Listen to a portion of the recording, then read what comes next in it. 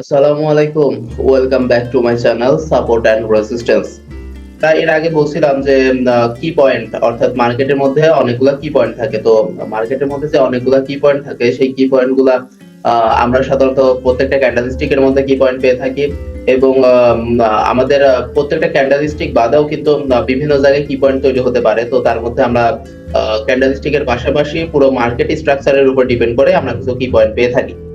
তো আমরা যে মার্কেট স্ট্রাকচার এর উপর ডিপেন্ড করে কিছু কি পয়েন্ট পেয়ে থাকি, তো সেই কি পয়েন্ট গুলো যদি আমরা ধরতে পারি তাহলে আমাদের যে সুবিধাগুলো হবে সেই সুবিধাগুলো হচ্ছে আমরা মার্কেটের যে মূল সাইকোলজিটা মার্কেট কি বলতে চাচ্ছে এখন সেটা আমরা ধরতে পারবো। অর্থাৎ মার্কেট কোন ক্ষেত্রে ব্রেকআউট করলে বা কোন জায়গাতে ব্রেকআউট করলে সেটার স্ট্রংনেস বেশি থাকবে বা সেটা উইকনেসটা বেশি থাকবে কিনা সেটা অ্যাকচুয়ালি মার্কেটের কি পয়েন্ট থেকে বোঝা যায়। তো যাই হোক, আমরা বেশি কথা না বলে আমাদের মূল বিষয়ে আমরা ফোকাস করি।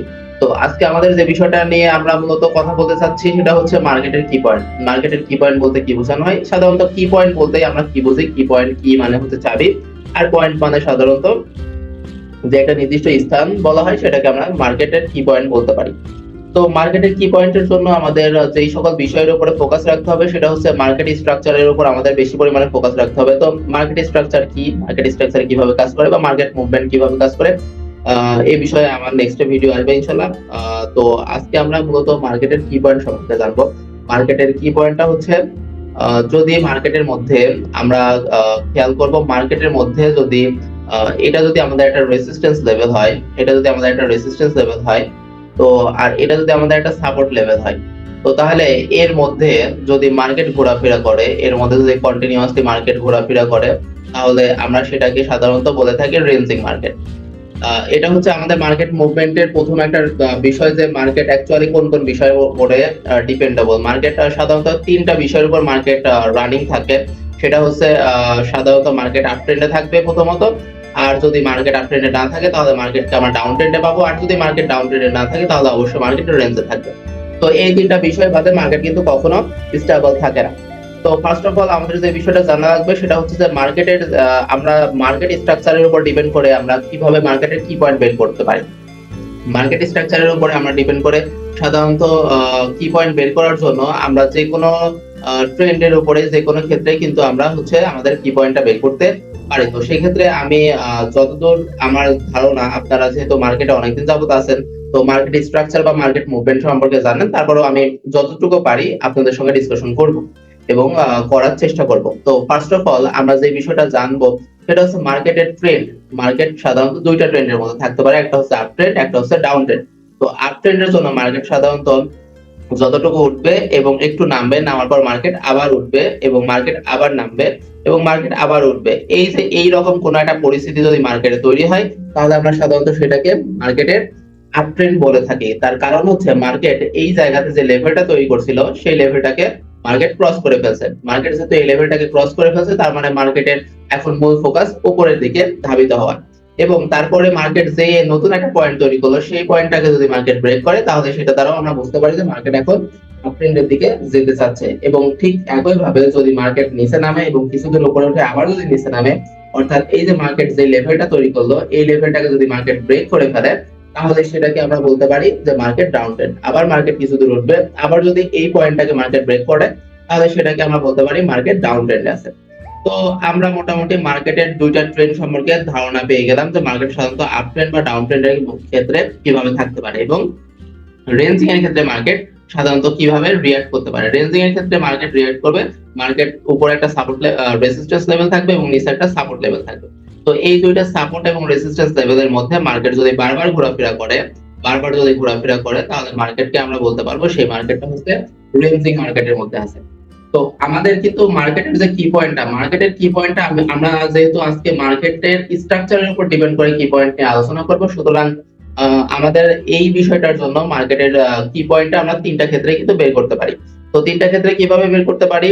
আমাদের হচ্ছে ফার্স্ট অফ অল আপ ট্রেন্ডের জন্য মার্কেট যে উপরে উঠছে এবং মার্কেট যে নিচে নামছে এবং তারপরে যে মার্কেট এই তার উপরের লেভেলটাকে ব্রেক করবে, এই লেভেলটাকে যদি মার্কেট ব্রেক করে, এই লেভেলটাকে যদি মার্কেট ব্রেক করে থাকে তাহলে আমরা এটাকে যেমন আপ ট্রেন্ড বলতে পারি, ঠিক তেমনি মার্কেট এই পুরো আপ ট্রেন্ডের জন্য কিন্তু তখন এটা একটা কি পয়েন্ট হয়ে যায়, এটা একটা ইম্পর্টেন্ট কি পয়েন্ট হয়ে যায়। কেন এটা কি পয়েন্ট হয় এবং এটাকে আমরা কেন কি পয়েন্ট বলতে পারি?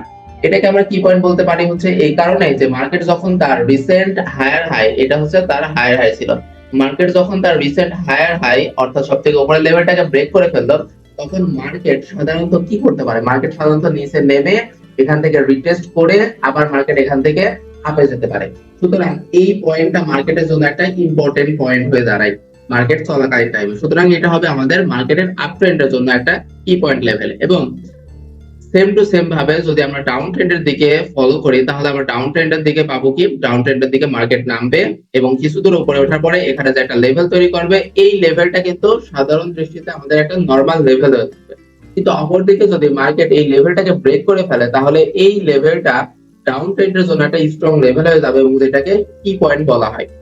তো এই কি পয়েন্টের কাছে মার্কেট সাধারণত ব্যাক করার পসিবিলিটি থাকে এবং মার্কেট যদি এই জায়গাতে সঠিকভাবে ব্যাক করতে পারে এবং তারপরে মার্কেটের ফ্লোটা নিচের দিক পর্যন্ত থাকে, তো এটা যেহেতু মার্কেটকে ধাবিত করতে, মার্কেটকে পাওয়ার দিতে সাহায্য করে, সুতরাং এটা মার্কেটের কি পয়েন্ট হিসেবেই গণ্য হয়ে থাকে।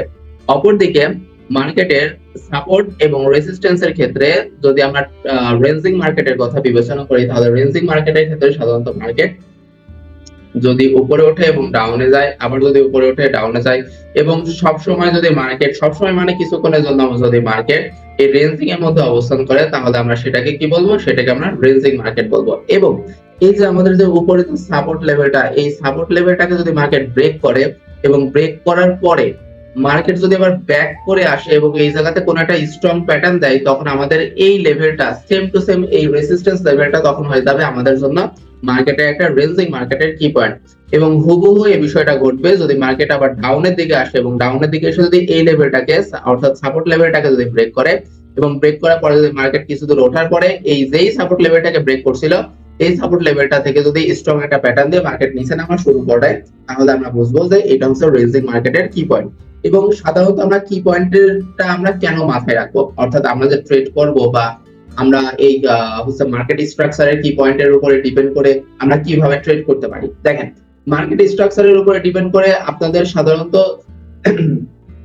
স্ট্র্যাটেজি গুলো সম্পর্কে আপনাদের একটা ডিটেইলস ধারণা থাকতে হবে। অর্থাৎ আপনারা কোন স্ট্র্যাটেজির উপর ট্রেড করছেন, আপনাদের পার্সোনাল স্ট্র্যাটেজিটা কি, সেটা ফার্স্ট অফ অল আপনাকে মাথায় রেখে দিতে হবে। তাহলে আপনি মার্কেট স্ট্রাকচারের কি পয়েন্টের উপরে, অর্থাৎ আমরা এটাকে বলতে পারি মার্কেট কি পয়েন্ট, মার্কেট কি পয়েন্টের উপর ডিপেন্ড করে যে আপনি ট্রেড করবেন, এই জন্য আপনাকে ফার্স্ট অফ অল আপনাকে সিলেক্ট করা লাগবে, একটা স্ট্র্যাটেজি, অর্থাৎ সিলেক্ট এ স্ট্র্যাটেজি। এবার আপনি যখন একটা স্ট্র্যাটেজি সিলেক্ট করলেন, এবার তারপরেই আপনাকে দেখতে হবে যে আপনি যে স্ট্র্যাটেজিটা সিলেক্ট করছেন, সেই স্ট্র্যাটেজিটা আসলে ট্রেন্ডি মার্কেটের জন্য না রেঞ্জিং মার্কেটের জন্য। অর্থাৎ আপনার এই স্ট্র্যাটেজিটা দেখতে হবে ট্রেন্ড অর রেঞ্জিং, অর্থাৎ আপনাকে ট্রেন্ডি মার্কেটের স্ট্র্যাটেজি আপনি ট্রেড করেন না রেঞ্জিং মার্কেটের স্ট্র্যাটেজিতে আপনি ট্রেড করেন, এটা আপনাকে সিলেক্ট করা লাগবে।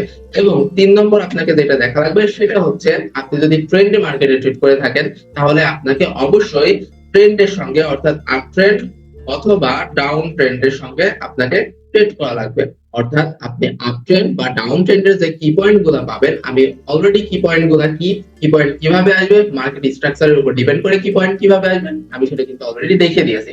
সুতরাং আপনারা যদি আপ ট্রেন্ড অথবা ডাউন ট্রেন্ড, অ্যাকচুয়ালি আপনারা যদি কোনো ট্রেন্ডি মার্কেটের উপর ট্রেড করে থাকেন, তাহলে সেক্ষেত্রে আপনাদের অবশ্যই দেখতে হবে যে আপনাদের এই যে আপ ট্রেন্ডের ক্ষেত্রে মার্কেট কি পয়েন্ট তৈরি করছে কিনা অথবা ডাউন ট্রেন্ডের ক্ষেত্রে মার্কেট কি পয়েন্ট তৈরি করছে কিনা। অর্থাৎ আপনি যখন একটা কি পয়েন্ট তৈরি হওয়ার পরে মনে করেন যে আপনি একটা ট্রেড নেওয়ার জন্য ট্রাই করছেন এবং আপনার যে স্ট্র্যাটেজিটা, সেই স্ট্র্যাটেজিটা হচ্ছে ট্রেন্ডি মার্কেটের জন্য, তাহলে কোন একটা মার্কেট যদি কি পয়েন্ট তৈরি করে, অর্থাৎ মার্কেট এই যে কি পয়েন্ট তৈরি করলো, এখানে এসে একটা স্ট্রং প্যাটার্ন দিল, তার মানে এখান থেকে মার্কেট ফুল প্রেসার পেয়ে গেল। এখান থেকে যখন মার্কেট ফুল প্রেসার পেয়ে যাবে, তখন এই জায়গাতে আপনাদের যে আপ ট্রেন্ডের যে লজিক গুলো আছে সেগুলো আপনারা অ্যাপ্লাই করবেন। এবং পরবর্তীতে যদি আপনারা ডাউন ট্রেন্ডের জন্য ট্রেড করতে থাকেন, তাহলে ডাউন ট্রেন্ডের যে কি পয়েন্ট, সেই কি পয়েন্টে মার্কেট আসার পরে যদি কোনো স্ট্রং প্যাটার্ন দিয়ে থাকে, ক্যান্ডেলস্টিক কোনো প্যাটার্ন দিয়ে থাকে, তাহলে সেক্ষেত্রে আপনারা নিশ্চিন্তে ডাউন ট্রেন্ডে ট্রেড করতে পারেন, এতে কোনো সমস্যা নেই। এবং পরবর্তীতে আপনাকে দেখা লাগবে যে আপনাদের যে স্ট্র্যাটেজিটা সেটা রেঞ্জিং মার্কেটের জন্য কিনা। যদি সেটা রেঞ্জিং মার্কেটের জন্য হয়ে থাকে, তাহলে আপনাদের ফার্স্টে যেটা সিলেক্ট করা লাগবে সেটা হচ্ছে মার্কেটে ঢোকার পরে আপনাকে দেখতে হবে যে আপনার যে স্ট্র্যাটেজিটা সেটা হচ্ছে, অর্থাৎ আপনি যে স্ট্র্যাটেজিতে ট্রেড করেন রেঞ্জিং মার্কেটের স্ট্র্যাটেজি, সেই রেঞ্জিং মার্কেটের স্ট্র্যাটেজি অনুসারে আপনার যে মার্কেটটা সেটা এখন রেঞ্জিং এ অবস্থান করছে কিনা। যদি সেটা রেঞ্জিং এ অবস্থান করে তাহলে আপনারা রেঞ্জিং মার্কেটের কি পয়েন্টটাকে ব্যবহার করতে পারেন। অর্থাৎ মার্কেট যখন এটা রেঞ্জিং অবস্থাতে থাকে তখন মার্কেটের মধ্যে বায়ার এবং সেলার প্রেসারটা সমান সমান অবস্থান করে। যেহেতু সেখানে বায়ার এবং সেলার প্রেসার সমান সমান অবস্থান করে, সুতরাং মার্কেট যেদিকে ব্রেক করবে সেদিকে মার্কেট উঠে যাওয়ার পসিবিলিটি বেশি থাকে। তার কারণ হচ্ছে মার্কেট যেহেতু সমান সমান অবস্থাতে আছে, বায়ারও যা সেলারও যা।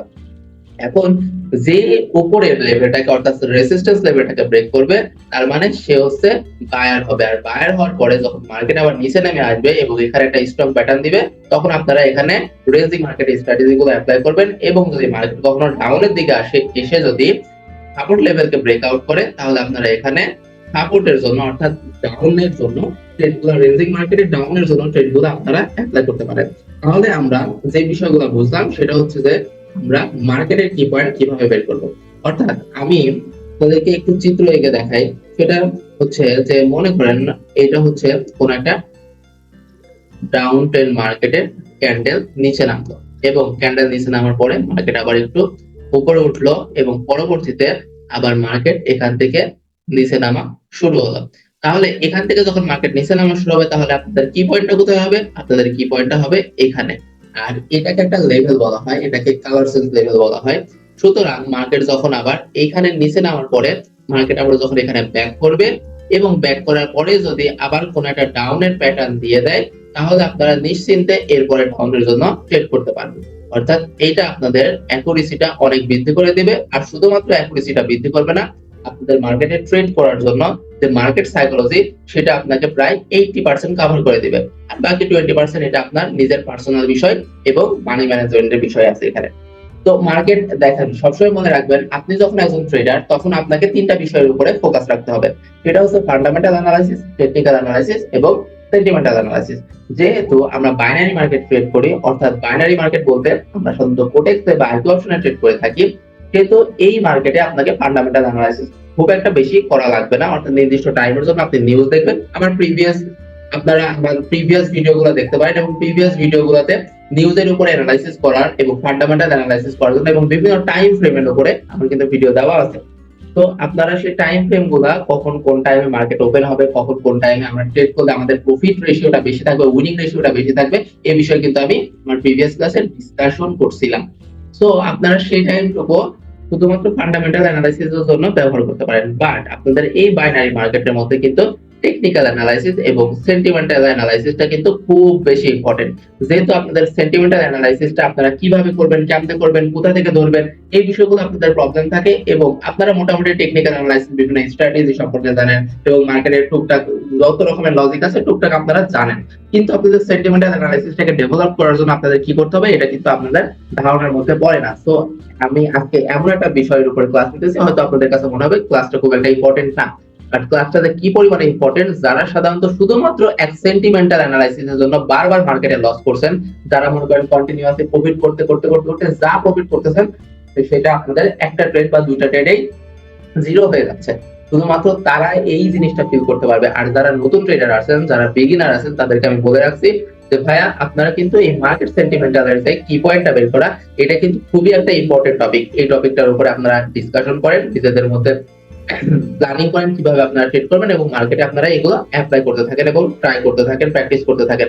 ইনশাআল্লাহ আপনাদের যে সেন্টিমেন্টালের প্রবলেমের জন্য যে মার্কেটে আপনারা এতদিন যাবত লস করছিলেন, তো এটা আশা করা যায় অনেকটাই আপনাদের এটা লাভ হয়ে যাবে। তো সকালে কেমন আছেন আমাকে অবশ্যই জানাবেন। আর আমি একটু পার্সোনালি একটু ব্যস্ততার কারণে আমি ভিডিও মেক করতে পারতেছি না।